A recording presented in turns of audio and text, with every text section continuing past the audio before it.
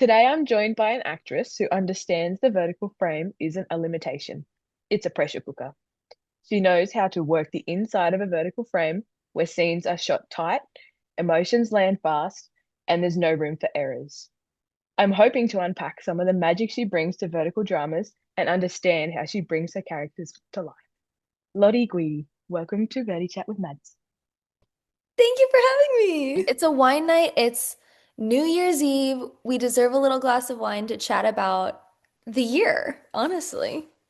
And what a year it has been. And what a year. It's been a year. Hmm. Now that we're chatting, I already know this, but a lot of other people don't. hmm Can you tell us a little bit about you? Yes, okay. I was born in Washington, D.C. I started as a dancer, actually. I started dancing at age 2, ballet, and then I kept dancing. I started dancing professionally probably around 12. Kept dancing. Um, and really hated the fact that I never got to use my voice. I actually got into a lot of trouble. I had multiple like dance reviews from my teachers being like, "Hey, she's good at what she does. She knows how to dance. She's figuring out her technique, blah blah blah. She never shuts the hell up." And I was like, "Sorry. I'm ADHD. I can't. That's not in my nature." Anyway, eventually it got through to my parents and they were like, "Why don't we put her in acting?"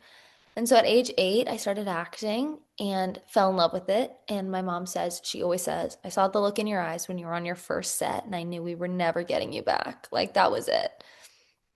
I booked my first professional acting gig for film at the age of 10. I worked on a pilot for a TV show, and I simply fell in love with it. I loved the long hours. I would beg them to keep me on set longer. I wanted to be there. I loved like everything about acting. It was some people love their dogs, some people love their partner, some people love their family. I love my family, don't get me wrong. But for me it was I absolutely just fell in love with acting and being on set in a way that I think a lot of people do, but I think I got the privilege of falling in love with it young. It was from that moment on, it was that or nothing. It was like, I've never done hard drugs. I've never actually done any drugs, but I imagine that's probably what a drug addict feels when they get their first hit. It was like I was addicted. Nothing else mattered to me. It was just all I wanted to do was act. All I wanted to do was be on set. And I was really privileged that I got to do that. And then at age 14, I got my first agent. And my parents were so anti me acting. They were like, "We are not going to be those stage parents. We are not going to set you up for this." I had to beg hands and knees for them to take me on any audition. And they, loving parents that they would take me. But it was never like, "We want you to be an actor." It was always like, "I want me to be an actor and please let me." And then for school, I begged them to let me go to college for acting, and they were like, "Absolutely not." And then I did it anyway. And that's how I ended up in LA. And I ended up studying abroad my freshman year in college, and I met a wonderful woman named Tess Finnerstein while I was studying abroad. And a few years later, she would be the person to convince me to do verticals. And here I am. So it's a crazy small world. Um, and I'm so just very lucky to be part of it. And that's how I am where I am. How did you find verticals? Oh my gosh. Okay, so verticals kind of found me in some ways. Tess Dinnerstein, my best friend of multiple years, studied abroad with her.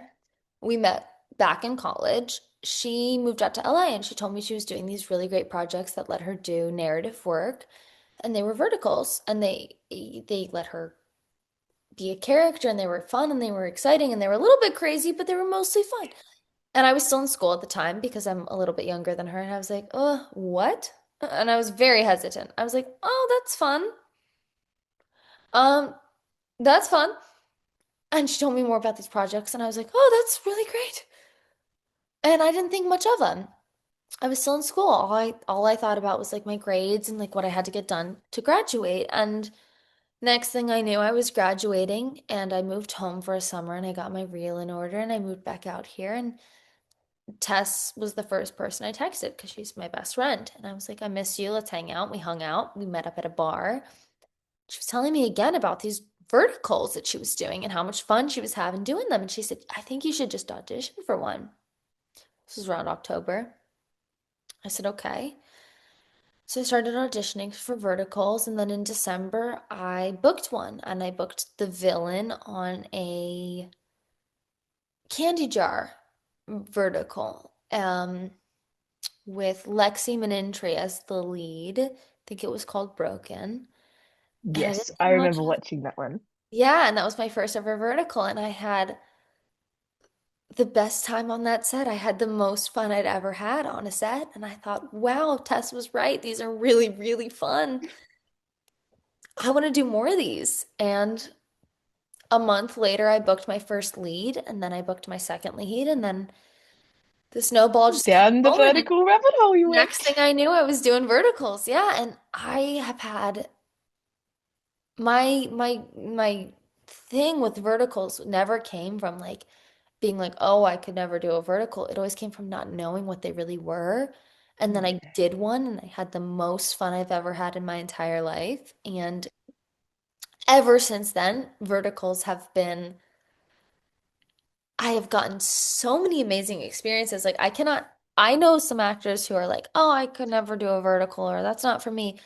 I will never be. I have had the best experiences of my life in the past year. I have gotten to use a sword in verticals. I've gotten to use bow and arrow in verticals. I've gotten to do stunts and fight training. I've gotten to practice crying and practice emoting and practice feeling in ways that I think that not a lot of actors really get to until they get their big break or get their, like Netflix show or whatever. But I've gotten to experience so many things and I'm just so very lucky because I've had the best time ever this past year. And I talk to my family about it all the time. I was like, I can't even I don't think little me, whose entire dream was to be an actor, could ever have imagined that I would have achieved it this quickly because I'm doing every single thing I ever wanted to do. And am I doing it a lot shorter succession? Am I playing the murderer and the good guy and the bad guy and kidnapped and getting kidnapped and also killing someone and dating my best friend and then dating my stepbrother? And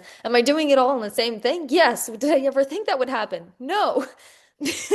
But am I having the best time of my life? Absolutely, I am. And it's been a crazy wild ride, but I'm so incredibly grateful for it. I feel like obviously I I want to be an actor in a way that this is hard. I don't know how to describe it. All I've ever wanted to be is an actor. So whether I win an Oscar for it or a daytime television award or nothing at all I've ever wanted to do is pay the bills by being an actor. And I would love, obviously, what actor doesn't want to win an Oscar? Like, it would be crazy of me to say I don't want that. I do want that, but I just love being an actor. And I feel so incredibly blessed. Like, I'm gonna cry talking about it. I just feel so incredibly blessed that I get to do it. Like I get to be, oh God, this is embarrassing. I don't want to cry right now. I feel so incredibly lucky that this past year of my life, I've gotten to do everything I've ever dreamed of doing. I, I'm a kid from Virginia, you know what I mean? And I don't have any parents in the industry, and it was just a dream I had years and years and years ago, and I prayed that I could make it happen. And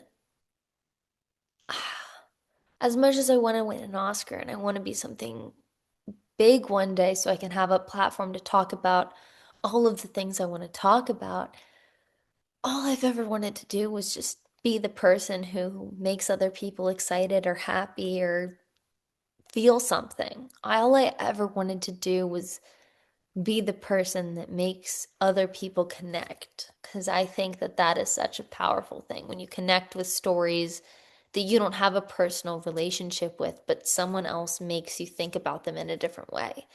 It's why Dead Poet Society is one of my favorite movies. It makes you look at life a little differently, or like Apollo 11 or like Ford versus Ferrari. Like these are all stories that like maybe you don't have a personal connection to, but you watch them and you wish you did.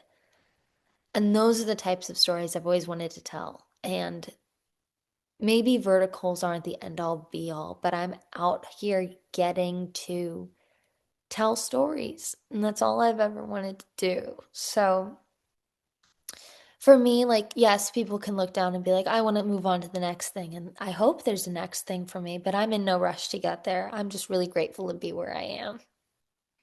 And we are so lucky to have you. Don't make me cry, Mads. Don't make me cry again. What has been your favorite role to do so far? Oh, that's hard.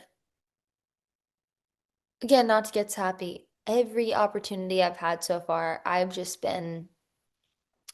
really bad habit of every time I get cast, this little weird part of my brain tells me this is the last time I'll ever be cast in anything. And so every time I'm on a set, I just try and soak it in as much as I can because there's a part of my brain that tells me I'm never gonna get to do it again. And that's weird. Like I know like why would my brain tell me that? I wish I knew. Um, so every role I've gotten to play the past year has just had such a special place in my heart. Genuinely. Oh, my favorite. Again, I have loved oh wow. Press Me to Your Skin with Caruccio. I loved that one. Partially because it broke out of the vertical mold. I got to play this Mm. very morally gray character where you know she's not innocent, and you know she's not great because right off the bat she's manipulating a man to fall in love with her, but then she falls in love and it's this really great romance and Nick was the best scene partner someone could ask for. I had the best time working with him. We had a great director, a great production company. It was just a really amazing vertical. The production company I worked with on that one was actually the same production company I worked with on my first ever lead as a vertical, which was Press Me to Your Skin. Not, well, Press Me to Your Skin was my second. My first ever was Hear My Love Again with Gabe in January, so almost a year ago. Um, And it just great people, lovely people, wonderful experience. I really loved getting to play a morally gray character because I feel like in verticals so often we lose nuance. We lose the things that make people people. We have like a cardboard cutout of a person and we just play off of that. And it can be really fun. Like I love playing off of that. But sometimes you just wish there was a little bit more like, which of us is perfect? You know, like I've messed up in life, and it was really fun getting to play someone who was clearly not perfect in any way, but fell in love and got her happy ending nonetheless. Because which of us hasn't screwed up royally at one point or another? That was probably one of my favorites.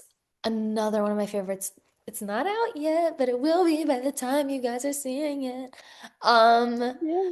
it was, oh, I don't even remember what they renamed it. It was when I auditioned for it, when I filmed it, it was called My Mommy Knows Martial Arts. I think it's called Beware My Mommy Punches Hard now. It's been renamed. I screenshot. I screenshotted it. Villains beware, my mummy punches hard. Villains Beware My Mommy Punches Hard is the new title. I am biased towards that film. I have no idea how it's going to come out. I haven't seen the editing. I don't know what it's like. It's all in the hands of post-prod now. Fingers crossed it turns out great. But I love that one because I am a really physical actor. I have a lot of dance training and no one ever lets me use it. I have been begging, and I mean begging, for someone to cast me in a ballet vertical, and no one has. And I was a professional ballet dancer for 18 years of my life. I have the point training, I have the legs, I have the technique, and no one will cast me. And it bums me out. I had someone reach out to me and ask me to maybe choreograph a vertical for ballet, but no one wants to let me audition for one. And I'm begging them to because I think I'm an okay actor. I know I'm an okay dancer. Please, guys, like just let me do both. Think you're an okay actor. Oh, I think I got the you skill are set. an amazing actress and do not put yourself down. Mm. Mad. Don't make me cry right now. Don't make myself cry because you don't believe in yourself, and I do. I, You are bloody amazing. I Why believe in do you myself, but at the same time, there are a lot of people that are really, really talented in this industry, and that's Yeah, not me but that selling doesn't myself mean short. that you're not. It doesn't mean that you're not. Do not put, you need to worry about yourself. Do not put others above you. Okay. Don't make me cry right now. I'm gonna cry. You are important too. It's not about everybody else. Well, this is an interview. This is not the time to like tear up. I Um, just put like a disclaimer at the beginning, like this is all emotion. I I do believe in myself and I think I am talented and I am worthy of the space I take up. But I know other people are really talented too. I would just love the opportunity to audition for one of those roles. I feel like I have been begging my agent to find me the verticals that are casting for ballet. Haven't found really anything. And that bums me out because I know they're being made. Um, and I know I have the skill set that works for them. And I haven't gotten to audition for any of them, which makes me sad. I want to do a ballet vertical, basically, is what I'm saying. I would love to. But moving past that, the reason my favorite vertical is my favorite vertical, that was a really, really roundabout way of saying this. I'm so sorry. We went on like a 20-minute detour, and I'm so sorry. That is the ADHD. I'm so sorry. You can crop all that out. My favorite vertical that I've gotten to film is coming out right now. It's called Villains Beware, My Mommy Punches Hard, and it's because I got to use a sword. I got to use all my high kicks. I got to punch a bunch of bad guys in the face. I didn't have to be a weak woman in it. Look, I understand the vertical trope where the woman needs saving. Look, who doesn't like a handsome man to come in? Like I love it when a man like fixes all my problems. Don't get me wrong. Like I love it. But I also love and the narrative that women can fix their own problems. And Mm. with Mommy Punches Hard, Villains Beware, Mommy Punches Hard. How do you like acronym that? That's a really long title. I don't know either. We're just gonna call it Mommy Punches Hard. Yep. In Um, Mommy Punches Hard, I had no savior. There was no one there to save me. There was no one there to fight my own battles, and I got to do all of the stunts. We probably filmed at least one extensive stunt scene a day. It was a 10-day shoot, which is long for a vertical, or longer than average for a vertical. And I got to throw a lot of punches and kick a lot of ass and fight a lot of bad guys. And I feel like most of the time in verticals, the only people who get to throw a punch or slap are men, yeah, generally slapping women, yeah. generally hitting women. So it felt really validating getting to be on the other side of that and kind of take control for once. Every scene, there was one scene, and this isn't a crazy spoiler because it'll be out by the time this is out. There's one scene where my character gets hit in the back of the head by like a wine bottle and she blacks out. Someone kicks her in the stomach, but that's what wakes her up. And then she goes feral and beats everyone up. So it's like, yes, I take my hits, but I get to throw my punches too, which I think is rare for a vertical woman. I think a lot of the times we take our hits and then we lay on the ground and cry a lot. And that's not wrong. It's not wrong, but it's not right either. So it was really fun. And I talked with my co-star after this, Shane. He was great. I talked with him after all of it, and I said, I don't know how I'm supposed to go back to not being a strong woman. Like, I had so much fun on this one. How am I supposed to go back to being this weak little wallflower? Like, I don't even know how to do it at this point because I had so much fun just kicking ass. Like, it was the best time ever. I had so, and I hope you watch it, and I hope you have as much fun watching it as I had doing it because I got to throw a lot of punches and kick a lot of people in the nuts, and I had so much fun. And I just hope You're I on get my to do it to again. watch this. You have to watch it and then just text me how you think about it because Mads, I got to kick so many men. It was so fun. And that's why it's my favorite. Honestly, it's my favorite. And the one I Press Me to Your Skin is my favorite for romantic and emotional reasons. Beware My Mommy Punches Hard is my favorite because I got to perform so many stunts. So those are my two favorites. A long, very long, incredibly long answer to your very short question. Press Me to Your Skin and Beware My Mommy Punches Hard. Those are my two favorites. I'm pretty much going to ask the same question again. Do it. Like if you could highlight one of your verticals for viewers as a must watch, which vertical would it be and why? If you're looking to feel yearning, Press Me to Your Skin. I think we have really great chemistry in it. We actually won an award for our chemistry in it. Um, I feel like it perfectly portrays loving someone who doesn't love you back and that like feeling that just hits altogether too hard. So my if you're looking for yearning, Press Me to Your Skin. It's a great emotional arc. If you're looking for a rom-com packed with action, Mr. and Mrs. Smith, but if Mr. Smith did nothing type vibe, I'm gonna give you the same answer I just gave my why these two are my favorites. Beware My Mommy Punches Hard. Action packed, super fun. There is a banquet scene, yes, but there's also a sword dance halfway through the banquet scene. So it's not your typical banquet scene because there's a sword whipped out and then I try and slice everyone's heads off. So it's not your average let's chit chat banquet scene. I actively try and kill multiple people during it. So it's a lot of fun. And those are the two that I would say you have to watch because I think they're unique and not necessarily your typical vertical style. Both because Press Me to Your Skin, there's an ambiguously not so nice female, which I think a lot of the times we get the Madonna complex in verticals.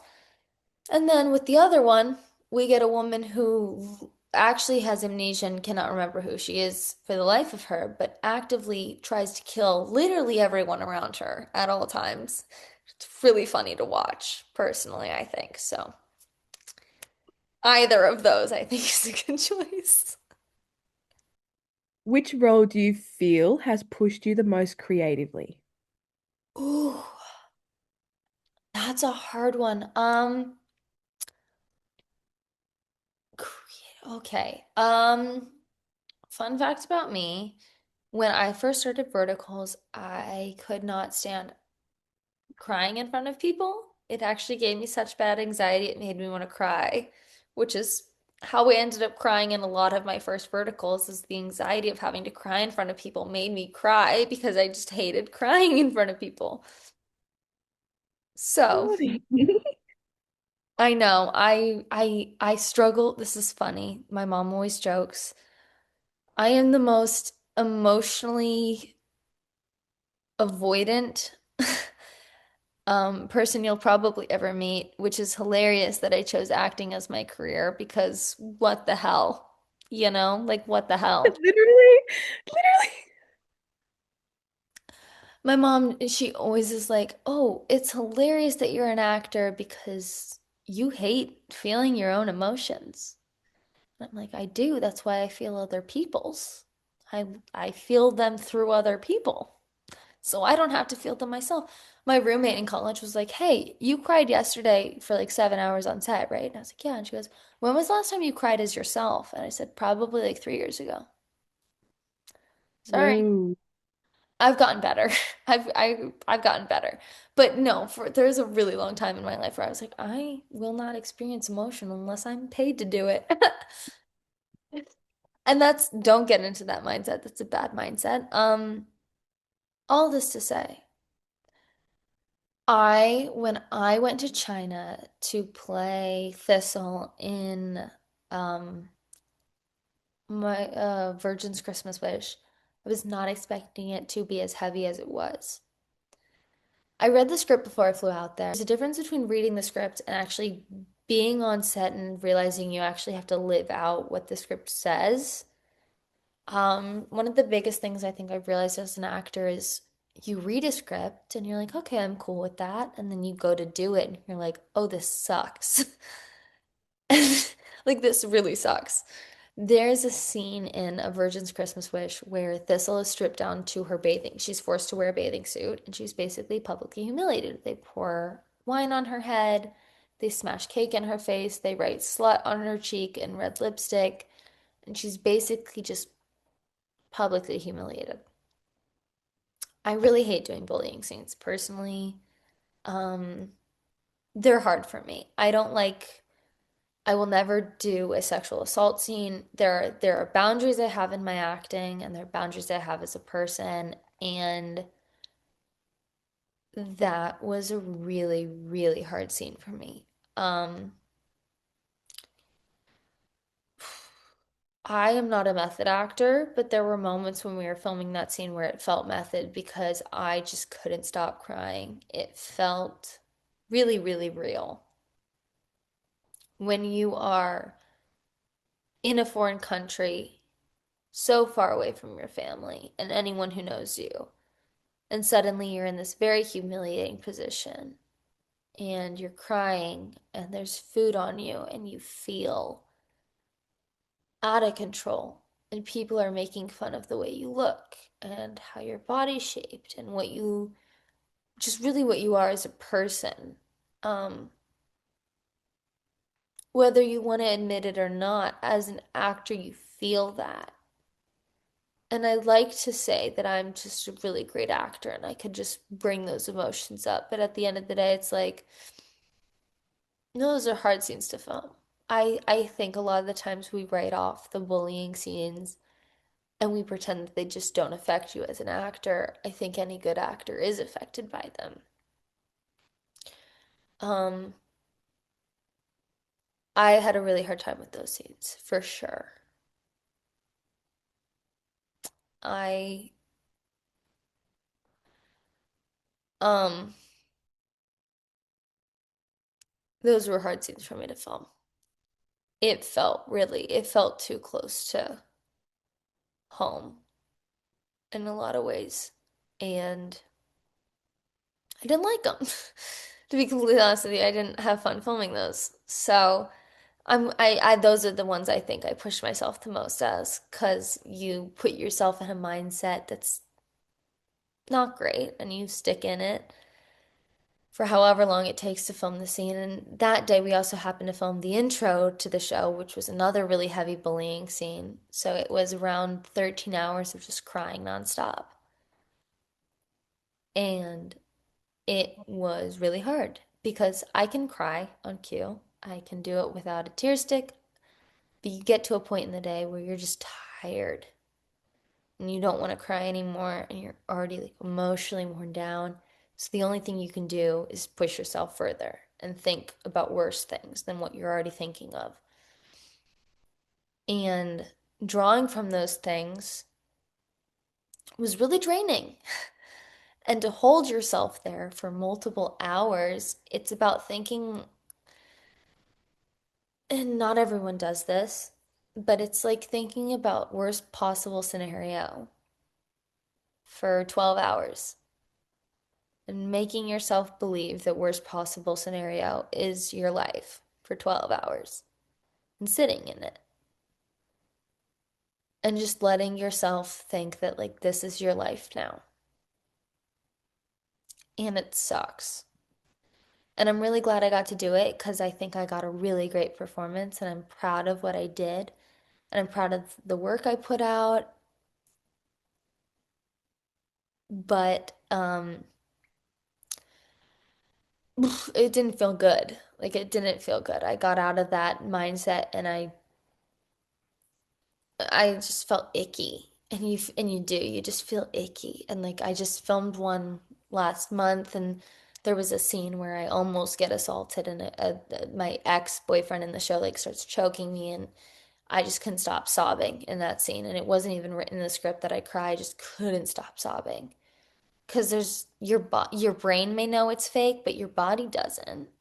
Like your body doesn't recognize the fact that like you're not actually in danger. And so there's just a response that you give, and that's part of being an actor, and I recognize that. But It's not fun. There are definitely scenes that are not fun, and I'm proud of myself and what I can bring to the table and the fact that I can cry and I can bring those emotions and I can make that believable for an audience, but they're not my favorite ones to film for sure.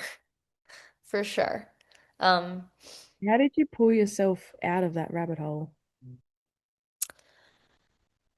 So the one in China where I was in a bathing suit, actually they lost my clothes that day too. So I didn't actually, that was the last scene of the day. I was in a bathing suit and a trench coat. And they lost my clothes. And it was the end of like a 14-hour film day. I was tired. I was dehydrated. I want to go home. I want to go back to the hotel. And Felix and Scott, my two co-stars, Scott is an Australian, love him to death. Felix is from the UK, love him to death. Those were my go-tos. The three of us were attached at the hip for the 2 weeks that we were there. They could tell I was done. And this was like only day two. We filmed this day two, and I was like out of it. Again, I'm a very chatty, talkative person. So when I'm not chatty and talkative, I think people are like, something is wrong.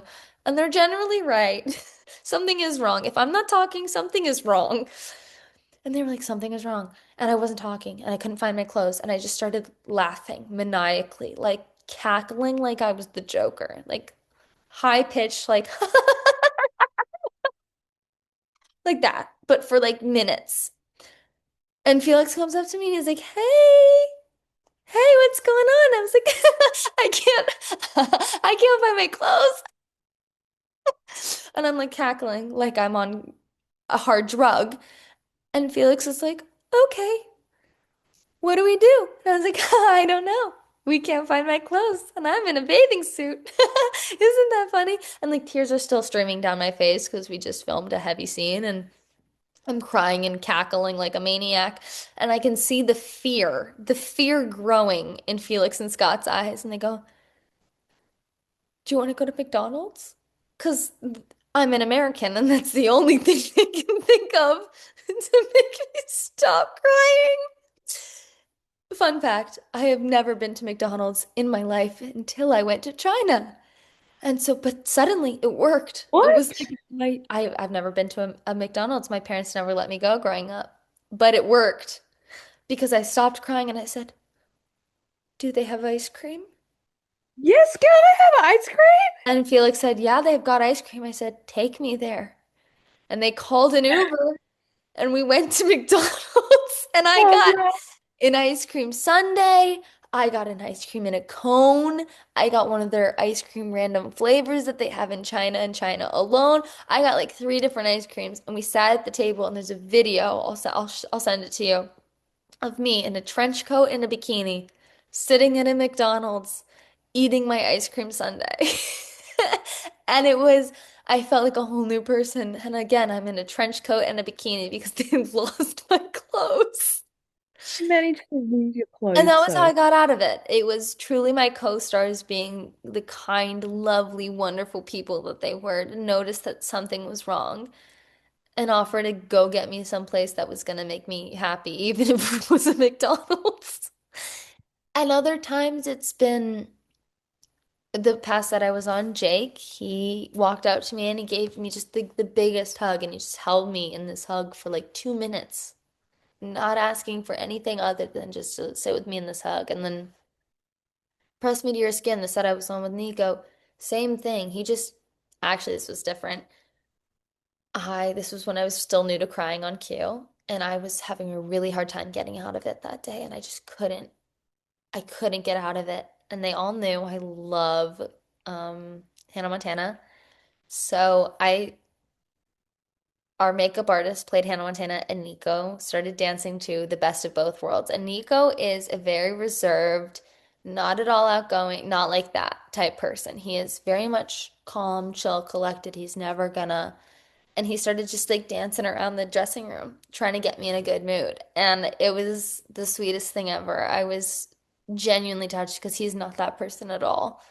And he just danced to The Best of Both Worlds by Hannah Montana because everyone in that room knew I was going through it and not in the good headspace. And Honestly, what makes this industry so special is the people in it and the fact that when I'm in that kind of mentality and having to drag myself down, there are always people there to lift me back up, and I'm really blessed.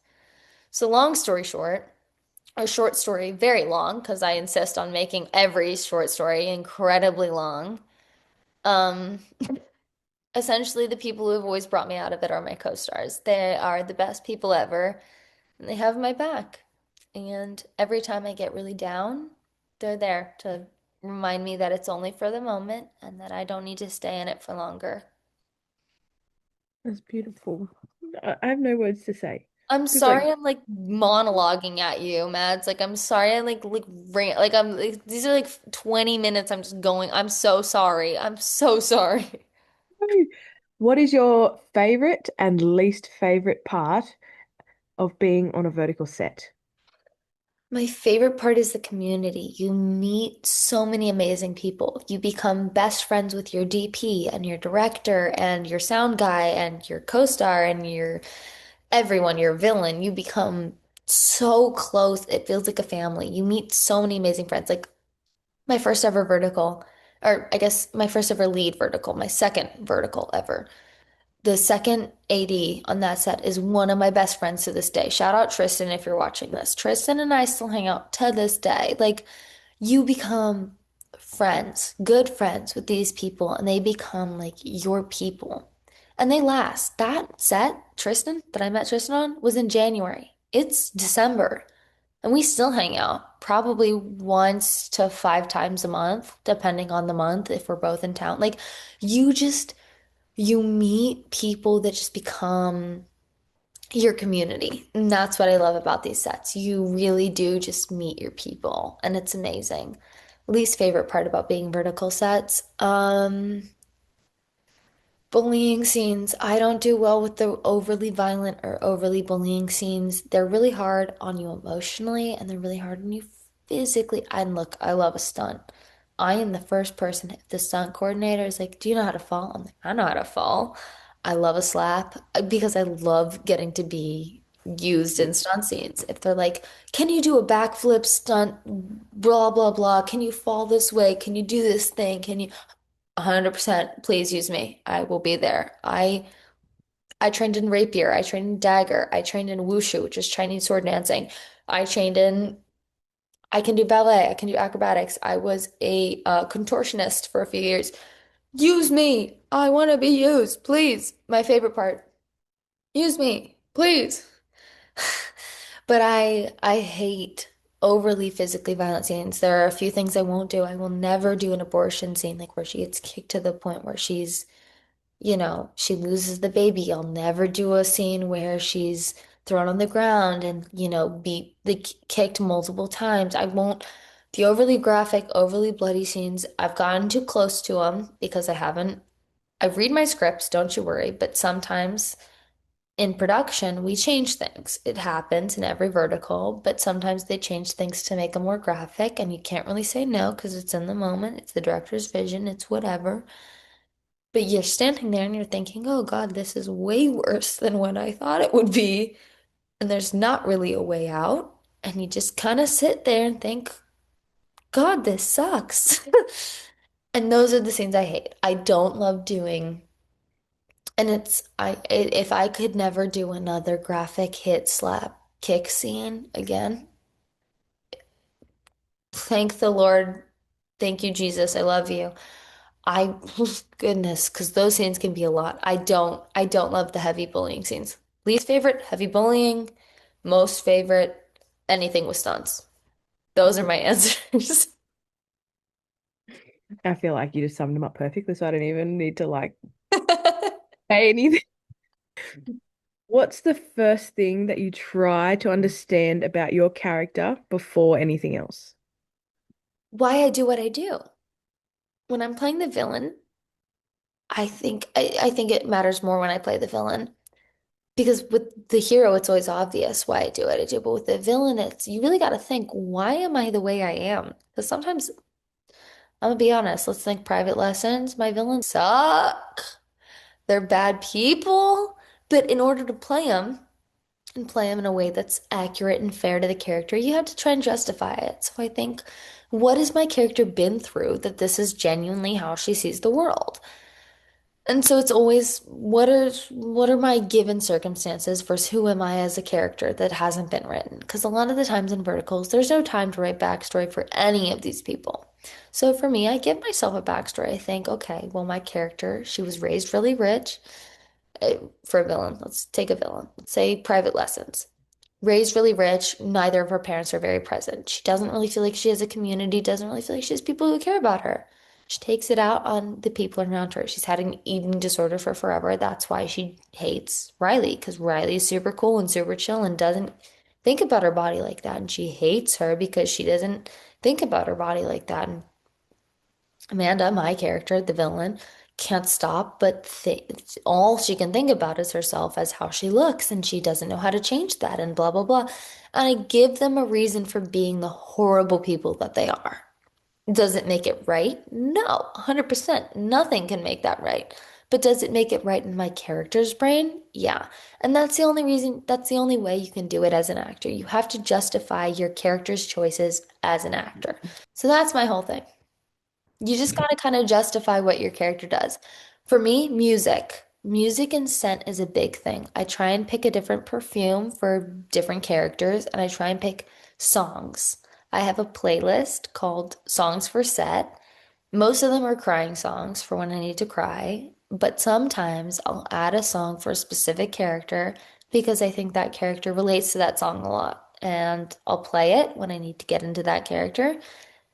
And that's how I do it. But generally, it's just how do I justify this character's actions in the real world? How do I make them a real person, essentially, and not just a caricature? What is the hardest emotion for you to portray, like automatically on camera? Heartbreak.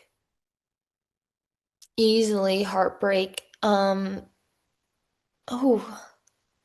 because a lot of the times in real life, when I get my heart broken, it's like angry. I get mad. I'm like, you're a bitch. You suck. I feel anger before I feel sadness.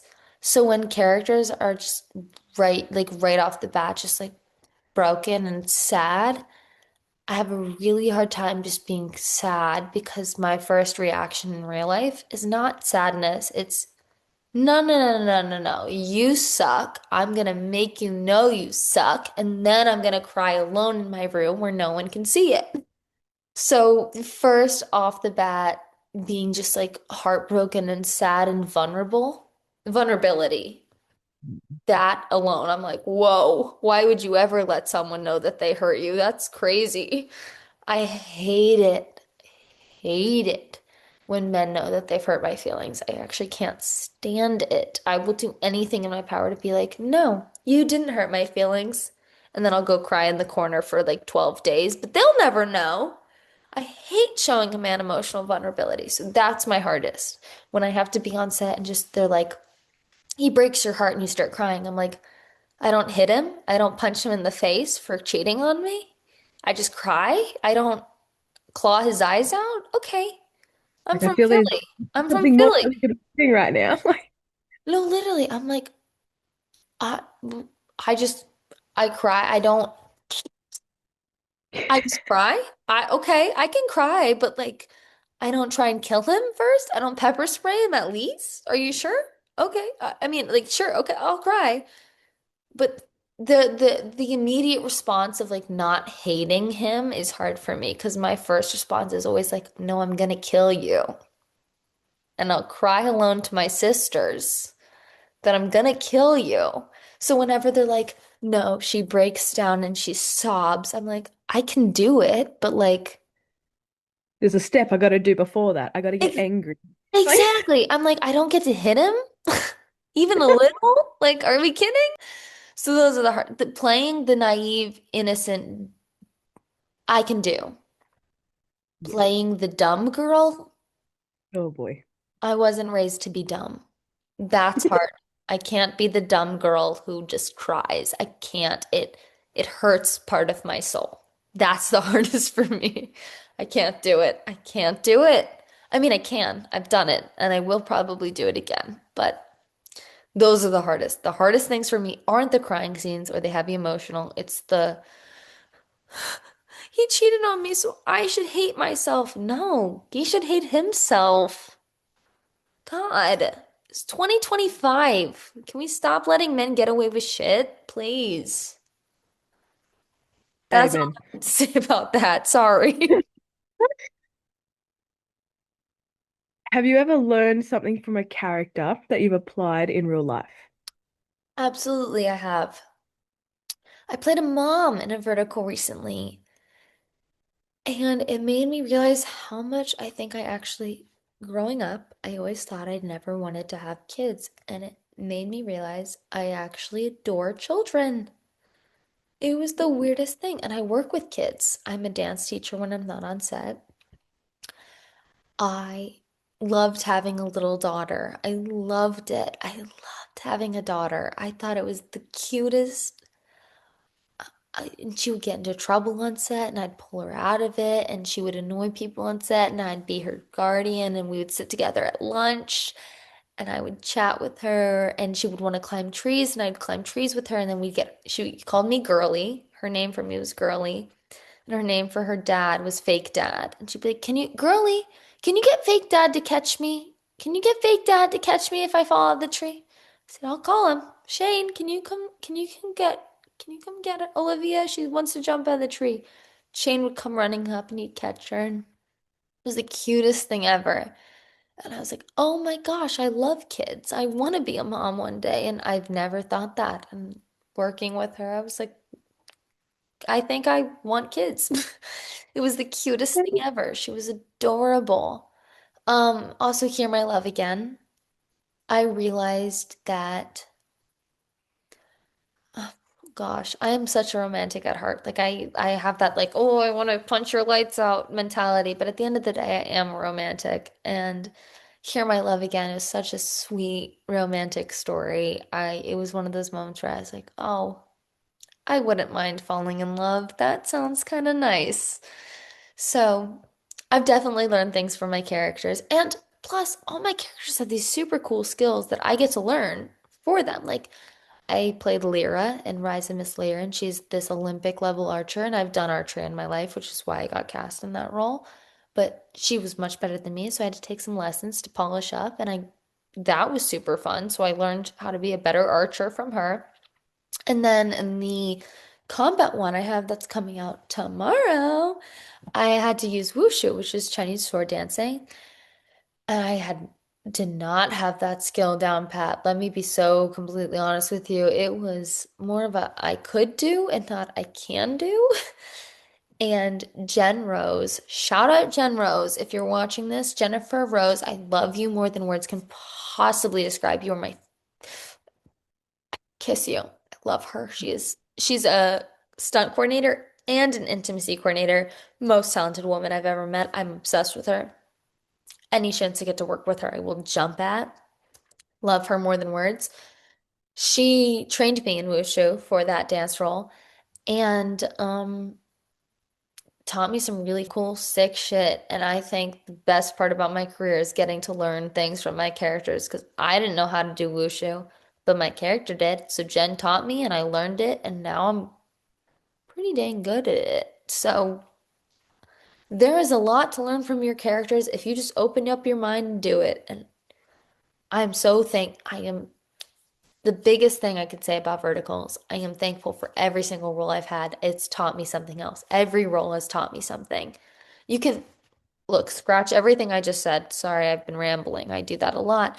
Scratch everything I just said. I have learned something incredibly different from every single role I've done in the vertical space. And I am just beyond grateful to have had the opportunity to learn those things because I think I've grown as a person immensely the past 12 months. And every single month, I've gotten to play a different character. And every single month, I have learned something completely new about myself. And I owe it to verticals. That's what I have to say on that. What is your biggest fear as an actor? Oh, that's actually really easy.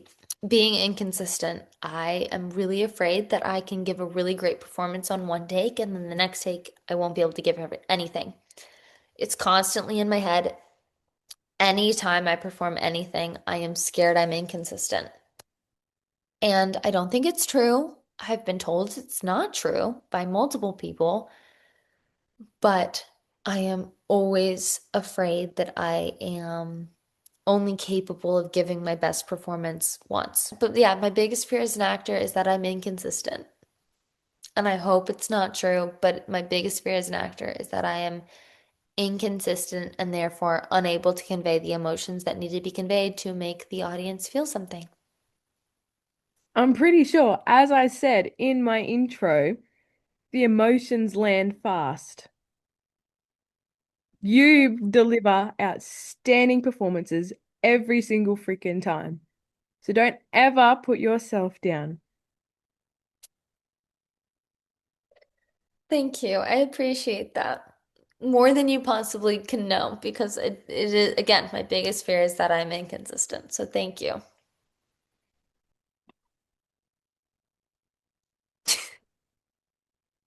Thank you. What do you hope people feel when they watch your work? I think I've done a wide range of work. I've done some villains and I've done some leads.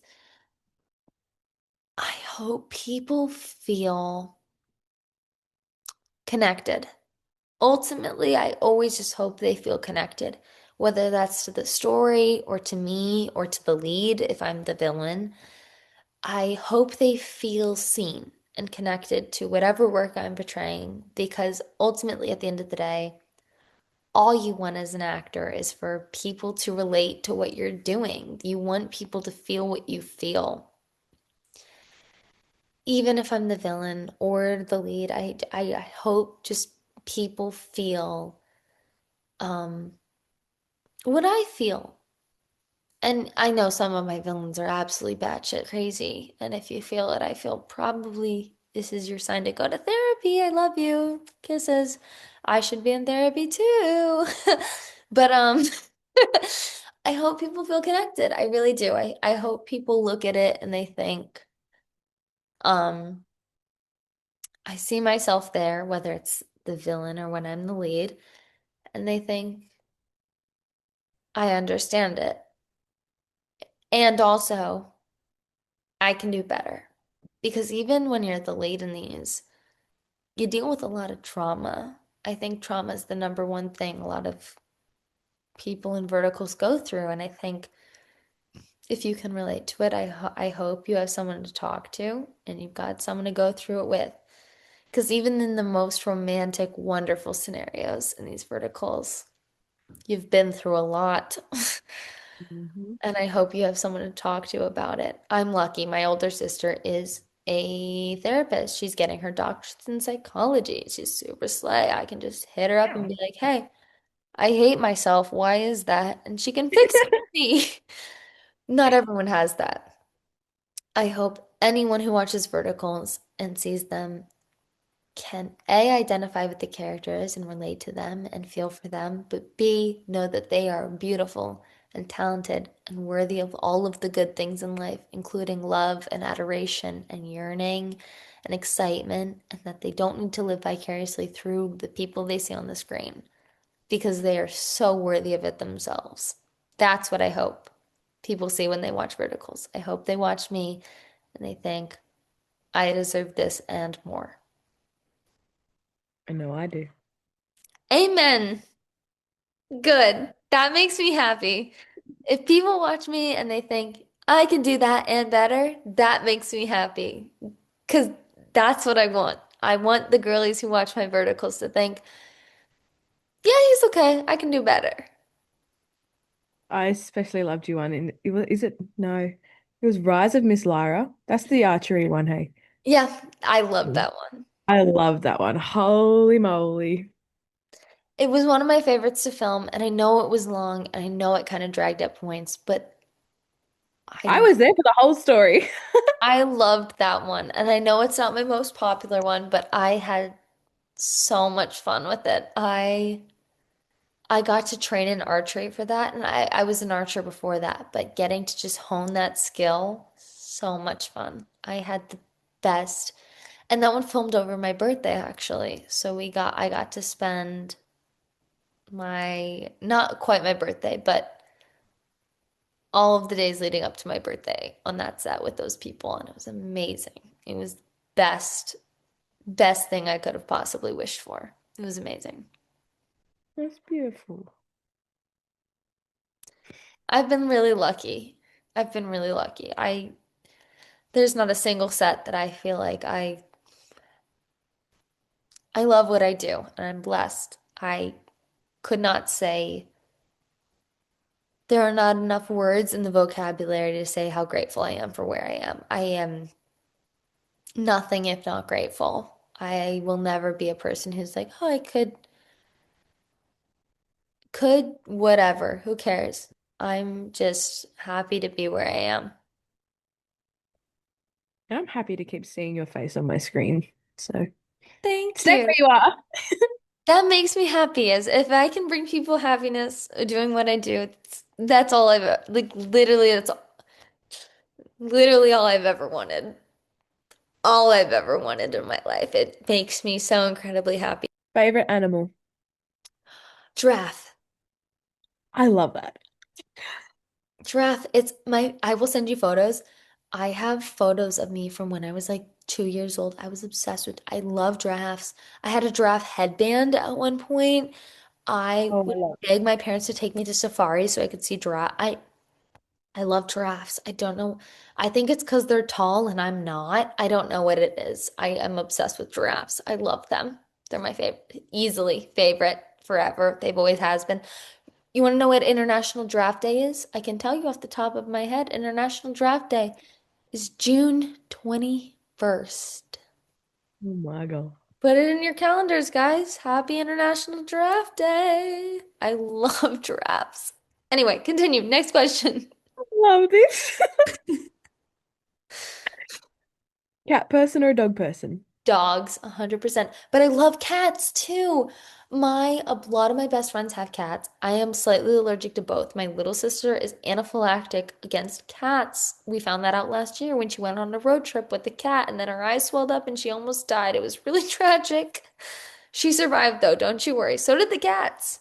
Um, but I'm a dog person. I have a dog, Clementine. I've had her since she's 15 now, which means uh, Young. I was young. I don't even know how to do that math. I was young when we got her, but she's 15. She's a teenager. I'm like, holy shit, she's going off to college soon. Anyway, I'm a dog person. I've had a dog my whole life, pretty much. I love her. Favorite food? Oh, I'm Italian. My family's Italian. Adoro il cibo italiano. Mia famiglia è molto italiano e pasta.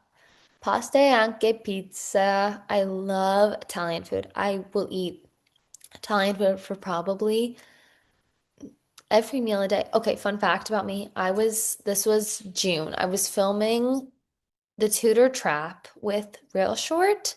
I played Brittany the Mean Girl, and we were filming our food fight scene. And I checked my phone and I found out my favorite Italian restaurant in all of Los Angeles was closing. And I started sobbing. I was crying off my makeup. I couldn't stop crying. And our director came up to me and was like, "Oh my God, are you okay? Like, what happened?" I said, "I'm going through something." He goes, "Did someone die?" I said, "No, not quite that bad." He goes, "Do you need to go home? Like, is there something serious?" I said, "It's something serious, but I can survive." I was crying at this point, like crying. And he was like, "Oh my," like he was like hugging me. Our director was like, hugging me. He was like, "Oh my God, are you okay?" I said, "My favorite Italian restaurant is closing." And he went, "What?" And I said, "Do you know how hard it is to get good Italian in Los Angeles? You'd cry too." And he was like, "Are you kidding me?" we're wasting good daylight and you can't stop crying over an Italian restaurant. And I was like, okay, fine, put me in. I'll be a bitch. Put me in the scene. It's fine. I'll throw some spaghetti on her. Whatever. God forbid a girl gets upset about her Italian restaurant. And it was walking distance from my apartment. I was upset, beyond upset. But he was like, are you kidding? And to his credit, we were in the middle of a film day. I should not have been crying about an Italian restaurant closing, but I was upset. So yes, I Italian food, favorite food, easily Italian, probably bolognese. Io adoro bolognese. Per cena è molto adoro. It's amazing. I love it. Mhm. I'll have to Google that later. Oh, you come to LA, I'll make it for you. Like I love cooking. That's my other thing. I love cooking. When I'm not on set, I'm cooking. I always joke that I'm my roommate's housewife because when I'm not on set, I'm constantly cooking for us. I'm like, let me cook up some food. It's my thing. My thing. Favorite color? Red or blue. I don't know. Choose one. I was like, I'll keep it concise, and then I gave you two answers. I'm so sorry. Red or blue? I love red and blue. I love that. I love that. Okay. Dream country to visit. Italy, it's where my family's from. We go all the time. I probably go once every 2 years, and I, it's my favorite place. Oh,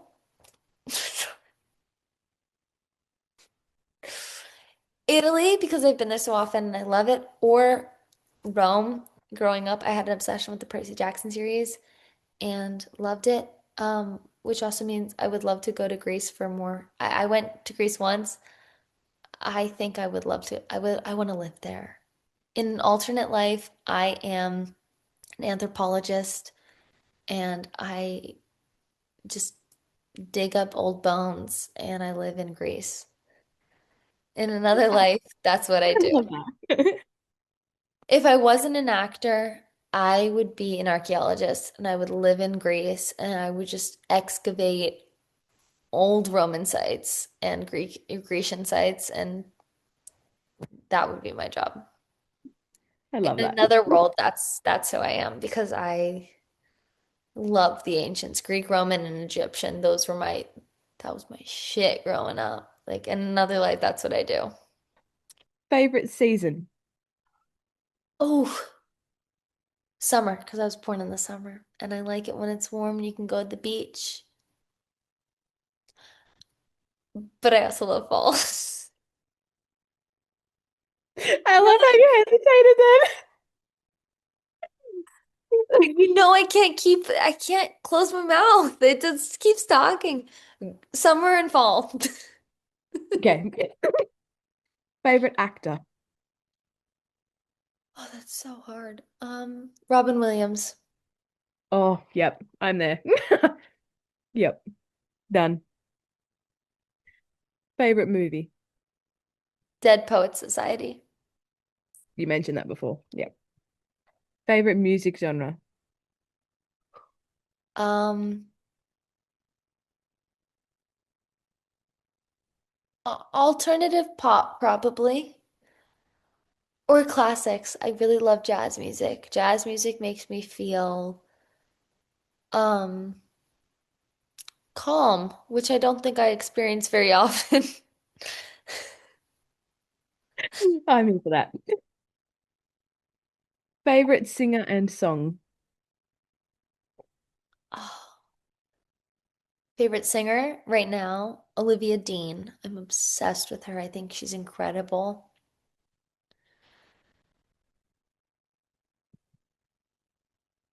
Favorite song. God, I love so many.